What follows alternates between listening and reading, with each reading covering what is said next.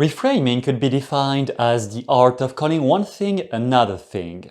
It is the art of seeing the positive side in a situation where everyone is telling you that there is no hope anymore. And unfortunately, it is also the art of manipulating people so that they join your opinions, which we see every day in the media and in many different political talks. A lot of the common perception, though, of what reframing is or is not is based on what Richard Bandler and John Grinder have developed a few decades ago, called the 6-step reframing, which was an NLP technique aimed at identifying some positive intention beneath any kind of negative behavior and associating that intention with more healthier, more positive choices for the client or the patient. But reframing can also be applied in many more ways than that, some ways you may already be using without realizing you do, and in this video you are going to learn 5 different methods or subtleties about the art of reframing that will definitely make you more aware of how you can use that in your everyday life and how others around you are using it too. The first concept when you want to become a master at reframing in any kind of situation is to dissociate the emotional component, at least in the beginning. At least when you hear a statement, are you fully able, don't lie, are you fully capable of dissociating your emotions from the statement, at least long enough for you to process a potential answer. Then obviously you can incorporate the emotions, but when you want to become clever with reframing, you need to first detach the statement, the linguistic aspect of the statement, with the emotions that may be contained or linked with it. The most basic way of accomplishing that is asking yourself, if I was seeing somebody else reacting the way I did, if you were to see somebody else in a situation where you have had trouble to reframe any statement, if you were to see somebody else reacting in the exact same way you've reacted, what would you think about it? What would you say about it? And once that emotional reaction is tempered and calmed down, you can reflect upon your own thoughts and feelings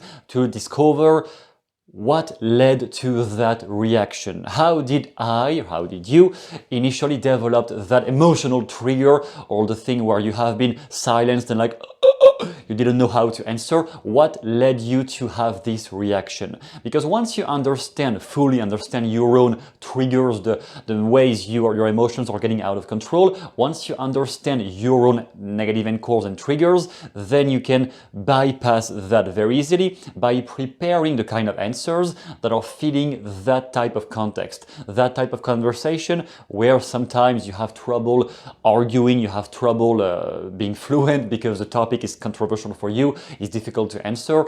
Then you can develop a few language patterns that we are going to see later that will help you with that specifically. The second secret is to start by questions before trying to impose statements. I know when we study reframing or like a sleight of mouth or any kind of verbal fluency exercise, usually they give you, or even I give you, the language patterns right away like this, like you have to say this to reframe that statement.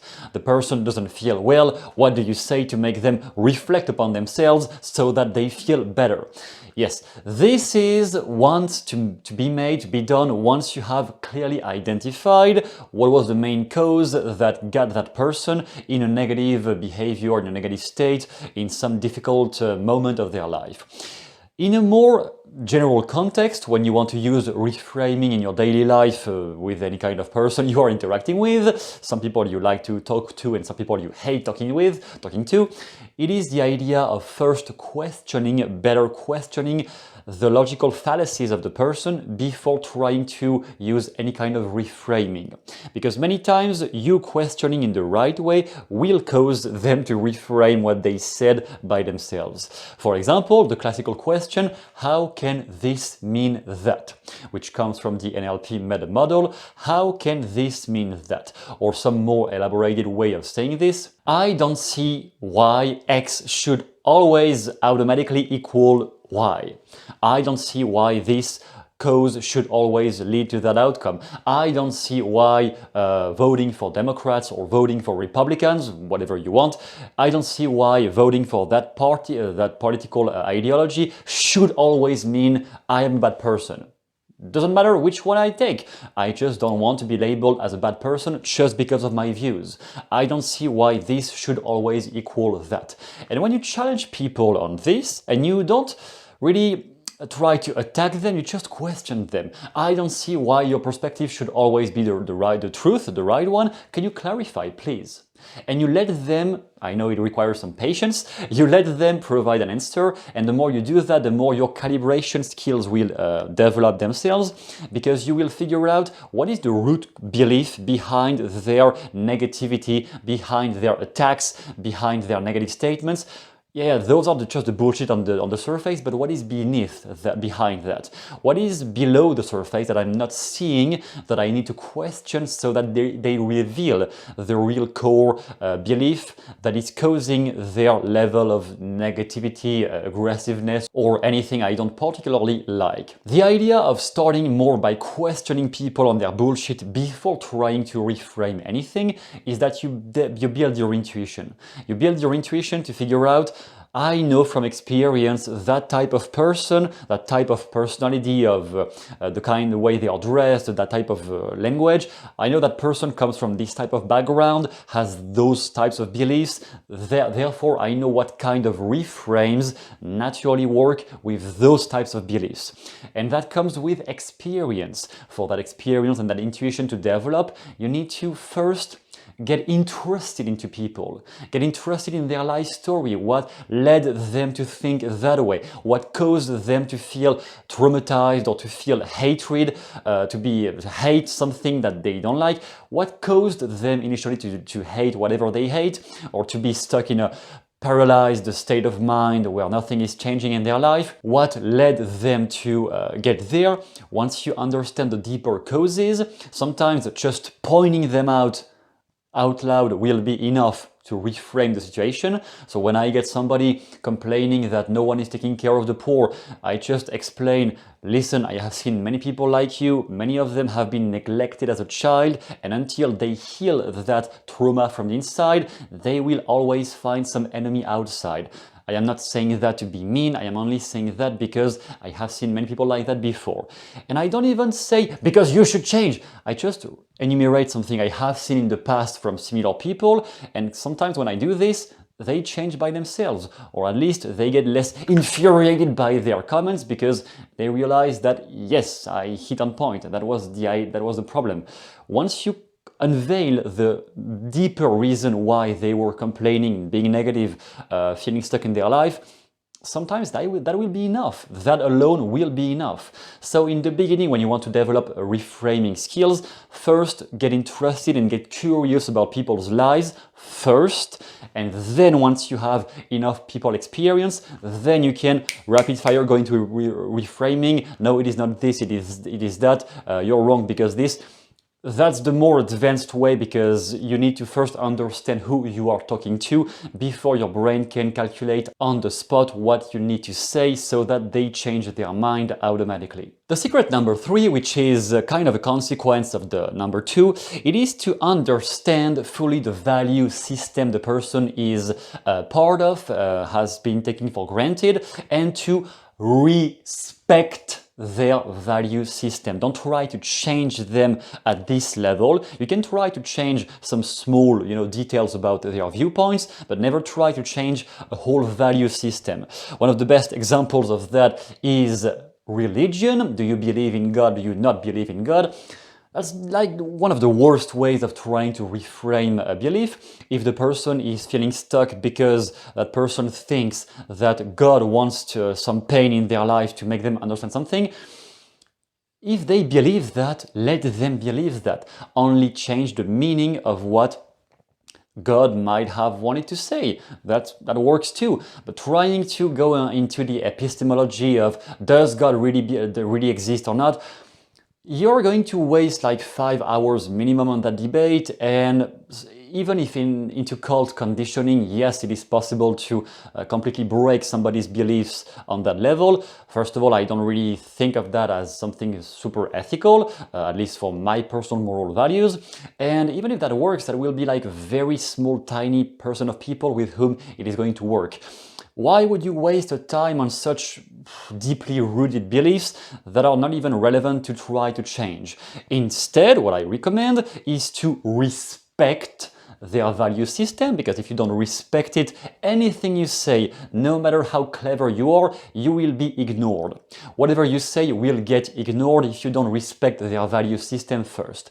So within their value system, within their map of the world, you can play at changing a few of the meanings that they attribute to some facts and criteria and details about the world or about themselves that are problematic here. For example, one time with the religion thing, because I have met many people arguing over this, one time I met a lady who had been dumped by her boyfriend and the relationship broke, and she was obsessed about getting him back.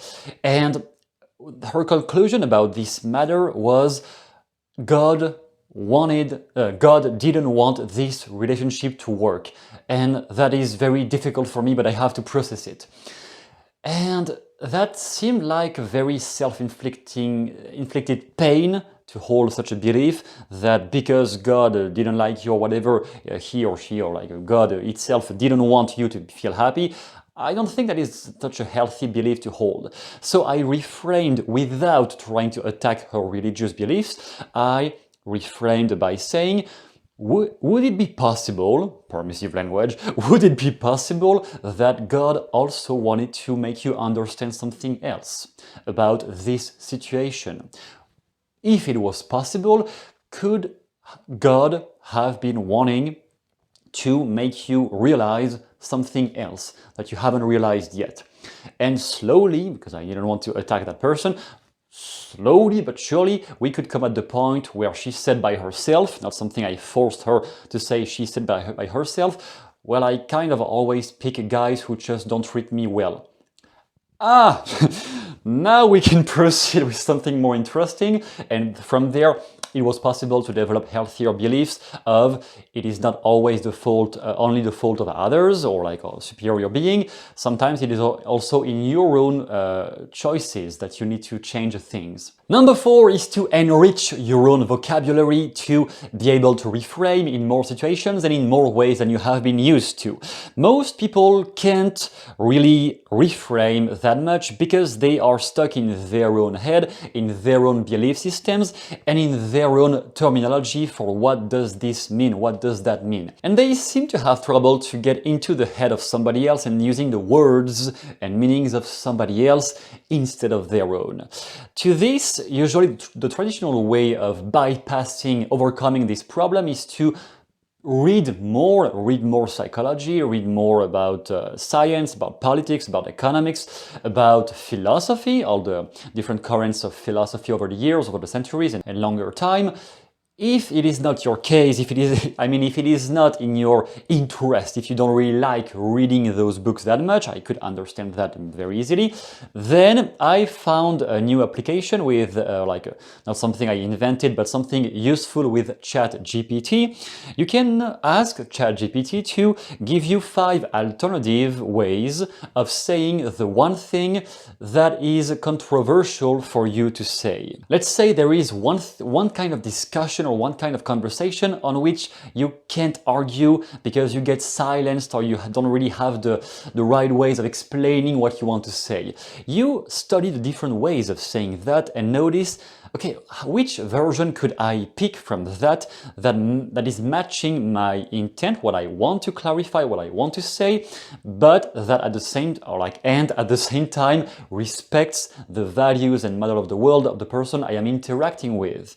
It is always about making a compromise between what you want to say and what already constitutes the model of the world of the person you are interacting with. Another way of doing that is to pick the kind of phrase, the kind of objection, limiting belief, or anything you have trouble to reframe, and you ask ChatGPT to give you 5 different alternative ways of expressing the same thing with a different wording.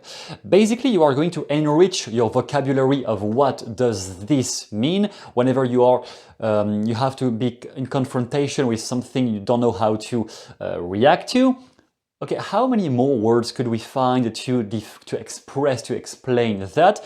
And from all of those versions, which one can I the most easily argue with, or which of them can I the most easily reframe?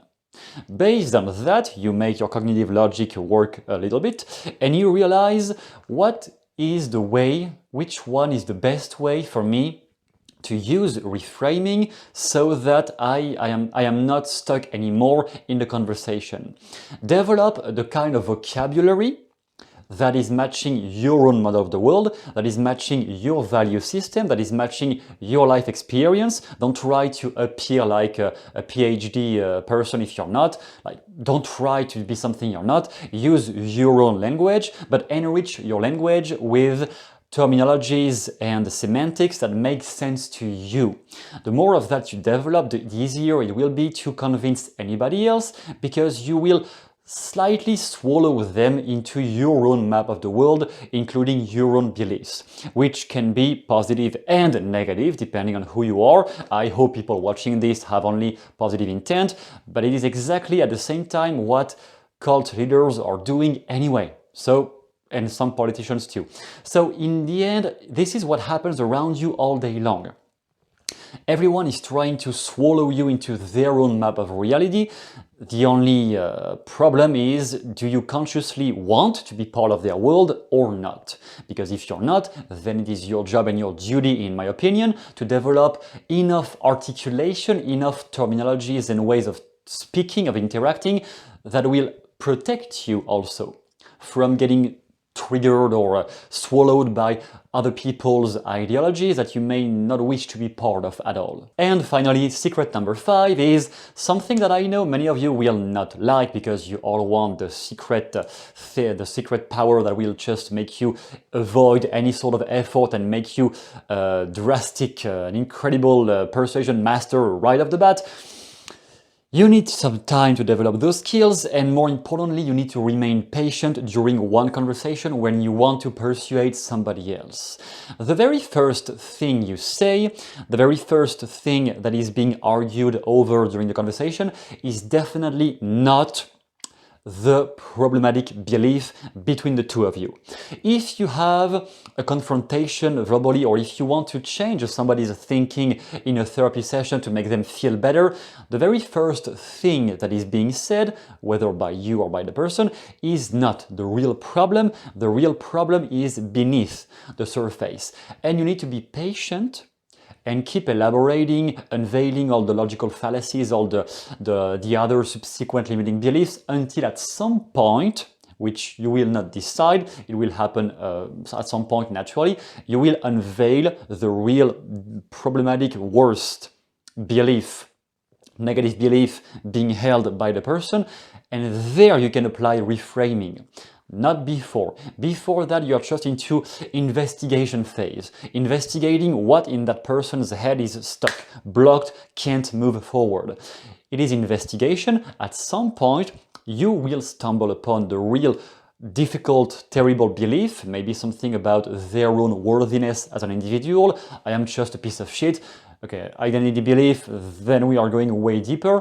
Whenever you get closer to personal reasons, to deep emotions, and to some sort of trauma or some traumatic event, then you know you are really getting at the core of the belief, and that's where reframing becomes extremely valuable. As an analogy of that, there was a great explanation by Michelangelo, who built the Chapelle Sistine, where he described his sculpting process as one of liberating the figure already trapped within the block of marble, rather than creating it from scratch. He believed that the statue was already within the stone, and his job was merely to remove the excess material to reveal it. flipped.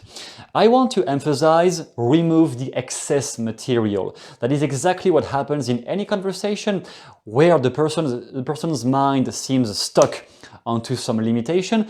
It is the same thing. The actual limitation you see from the outside in the beginning is not the actual statue, it is just the excess material. And the job, your job as a reframing expert is to unveil, to uncover, to remove all that excess material, all the smaller limiting beliefs about, yeah, this person told me, I believe this because this person told me I should. Those are just the surface things. What is behind that? Who is the person you are interacting with, and why does that person specifically believes this thing? It's not about the philosophical current they follow or the God that they preach.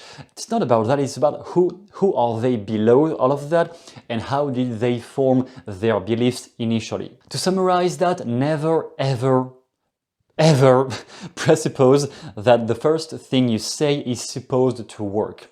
To reframe a belief or limitation, the first thing you say is not meant to successfully reframe anything, in the same way that the first thing you tell a girl you like is not made to make her sleep with you.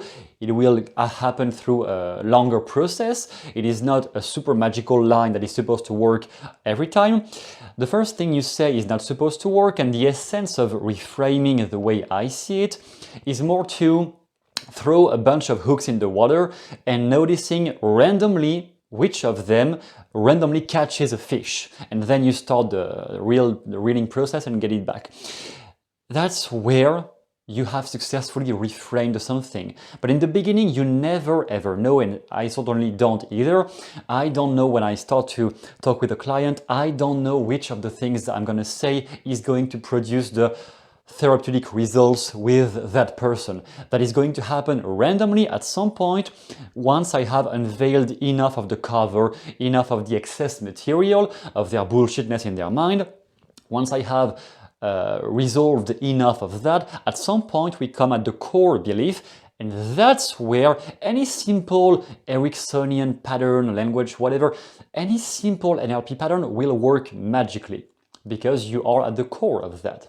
If you want more examples of that, you can find many breakdowns on my channel for how does that work in a real process with two people talking to each other. And if you want a simple starter pack of those techniques, you can find down below the 7 steps to master sleight of mouth, which will give you a lot of great language patterns to start developing your skills with that, and to better categorize, okay, in which kind of situation should I use which kind of language pattern from sleight of mouth or anything else. It will help your mind to figure out, based on the person, what is the best answer possible. That is down below for you if you want to check this out. It is free, it is available, and thank you for watching and listening and putting to use all the things I said here. Thank you, goodbye.